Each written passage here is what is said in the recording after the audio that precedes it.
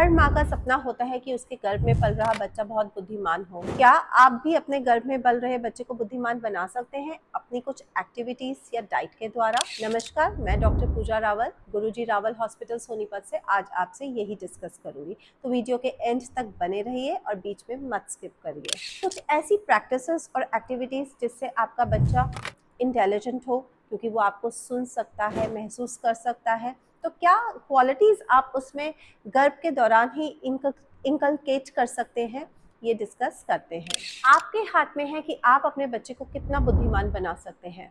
हैरान मत होइए, ऐसा पॉसिबल है। अब दो चीजें जो आपको करनी है वो है एक्टिविटीज और डाइट। अब डाइट तो आपको अभी मैं बताऊंगी कि आपको क्या खाना है। बच्चे का जो ब्रेन, स्पाइनल कॉर्ड और सारी उसकी जो न्यूरल डेवलपमेंट है वो पहले 3 महीने में ही कंप्लीट हो जाती है। बाद में तो वो मैच्योर होता है।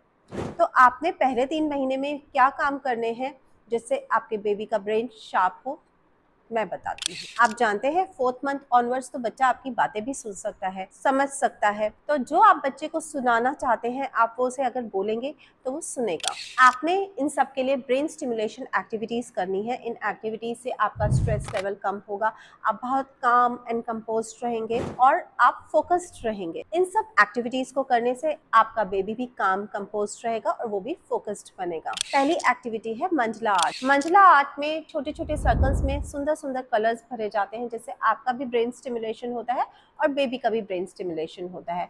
आप एम्ब्रॉयडरी कर सकते हैं, आप क्रोशेट से बच्चे के लिए कुछ भी बना सकते हैं, आप उसके लिए स्वेटर्स बुन सकते हैं। इससे भी माइंड आपका फोकस्ड होगा तो बेबी का भी माइंड फोकस्ड रहेगा। आप रिडल्स भी सॉल्व कर सकते हैं, आप पजल सॉल्व कर सकते हैं, आप सुडोकू भी खेल सकते हैं। इससे आपकी कंसंट्रेशन बढ़ेगी तो बेबी की भी एकाग्रता ज़रूर बढ़ेगी और वो भी स्टिमुलेट होगा और उसकी ब्रेन डेवलपमेंट भी बहुत अच्छे से स्टिमुलेट होगी। आप बच्चे के लिए एक विजन बोर्ड भी बना सकते हैं। आप जो जो क्वालिटीज़ उसमें चाहिए आप वो लिख सकते हैं उस बोर्ड पे।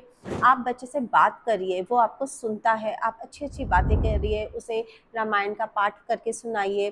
तो ये सब क्वालिटीज़ उसमें पहले से ही इंकलकेट हो जाएंगी। आप अगर चाहते हैं कि आपका बेबी पंक्चुअल हो, डिसिप्लिन्ड हो, इंटेलिजेंट हो, सिंसियर हो, तो ये सारी पॉजिटिव बर्थ एफर्मेशंस आपने सोने से पहले करनी है।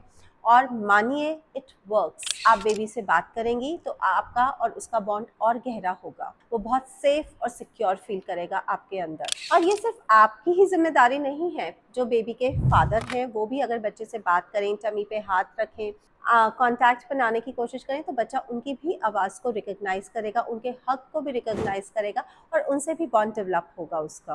बहुत साल पहले तक जब इन बातों की रेलेवेंस नहीं थी तो लोग प्रेग्नेंट होते ही अपने रूम में एक हेल्दी से सुंदर से बेबी की फ़ोटो लगाते थे या पोर्ट्रेट लगाते थे।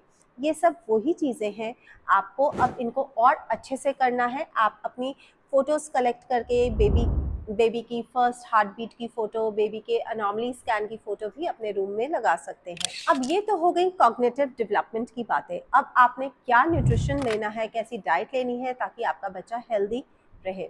आपने पहले 3 महीने में फोलिक एसिड ज़रूर लेना है। फोलिक एसिड ब्रेन और स्पाइन की डेवलपमेंट के लिए बहुत ज़रूरी है।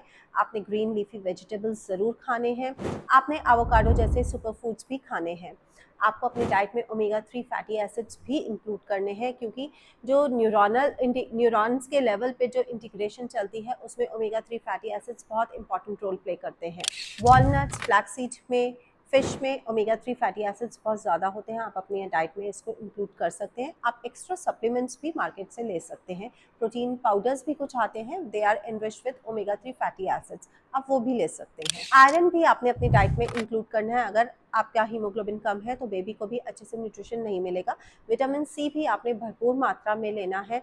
आपने आयोडीन की भी कमी नहीं होने देनी अपनी डाइट में, क्योंकि इंडिया के कुछ रीजन्स में जैसे हरियाणा, पंजाब वगैरह में विमेन जो जितनी भी फीमेल्स हैं उन्हें बहुत जल्दी से हाइपोथायरॉयडिज्म हो जाता है। तो आपने आयोडाइज्ड नमक ही अपनी डाइट में लेना है। आपके हाइपोथायरॉयडिज्म या थायराइड लेवल्स ऊपर नीचे होने की वजह से बच्चे के ब्रेन के विकास में भी दिक्कत आ सकती है। तो आपने अपना थायराइड प्रोफाइल भी प्रेगनेंसी में ज़रूर कराना है। तो अब आप जान गए होंगे ना कि गर्भ में पल रहे बच्चे को कैसे आप संस्कार दे सकते हैं, कैसे उसको इंटेलिजेंट बना सकते हैं और अपने अकॉर्डिंग उसको ढाल सकते हैं। ये बिल्कुल मुश्किल बात नहीं है। आप इसको प्रैक्टिस करिए और रिजल्ट्स देखिए। तो मिलते हैं अगली वीडियो में। Till then stay healthy and happy.